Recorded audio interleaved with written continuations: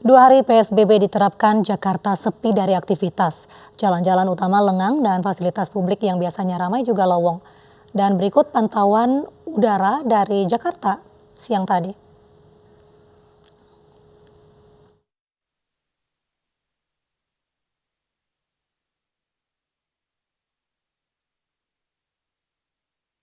Setelah penetapan pembatasan sosial berskala besar, pemerintah Provinsi DKI Jakarta membatasi aktivitas masyarakat di luar rumah.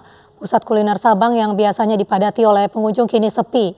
Pusat kuliner Sabang biasanya dipadati oleh para pecinta kuliner, terutama di Sabtu malam kini sepi pengunjung. Tenda makanan yang biasanya terbentang di sepanjang Jalan Sabang kini hanya beberapa kedai makanan yang masih buka. Banyak restoran di area ini memilih menutup, sementara toko mereka lantaran sepi pelanggan. Kedai makanan yang masih buka pun terlihat sepi akan pelanggan.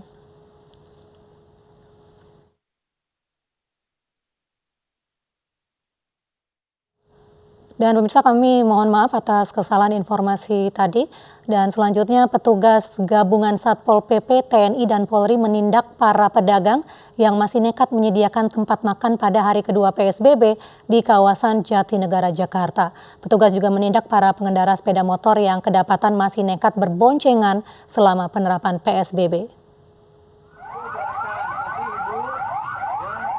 Hari kedua penerapan pembatasan sosial berskala besar PSBB membuat petugas gabungan Satpol PP, TNI, dan Polri gencar berpatroli di sejumlah titik keramaian pada Sabtu pagi.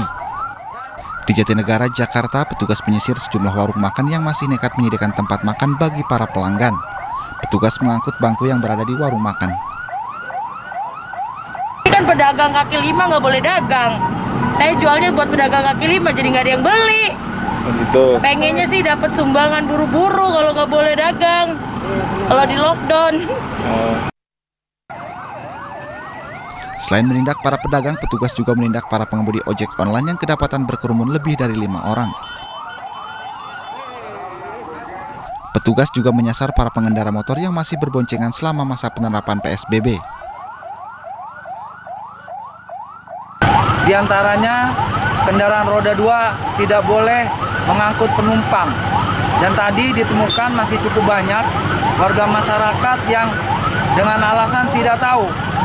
Sehingga kita tegur, kita arahkan, dan kita suruh turun penumpangnya.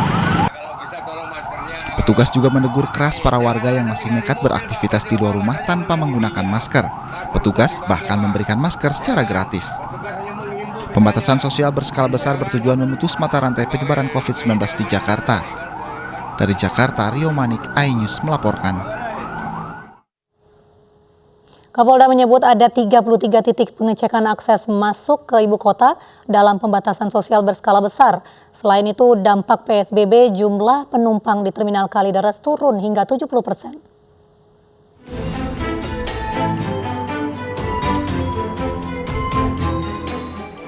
Jumlah penumpang di Terminal Kalideres, Jakarta turun hingga 70% setelah pemberlakuan pembatasan sosial berskala besar di ibu kota. Biasanya dalam sehari ada 1.500 penumpang, namun hari ini hanya sekitar 250 penumpang. Petugas juga mewajibkan penumpang dan awak bus memakai masker. Bagi yang tidak menggunakan masker, tidak diperkenankan masuk area bus. Untuk menekan penyebaran virus corona, terminal menyediakan tempat cuci tangan. Operasional terminal juga dibatasi dari pukul 6 pagi hingga 6 sore.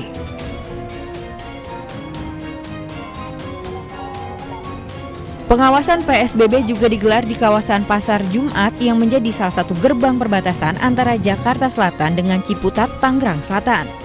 Petugas mengecek dan menyosialisasikan aturan PSBB di Jakarta. Pun dalam rangka untuk mengecek kesiapsiagaan anggota kami di lapangan. Tadi kami sampaikan ada 33 checkpoint. 11 di perbatasan Jakarta dengan wilayah Jawa Barat maupun dengan Banten.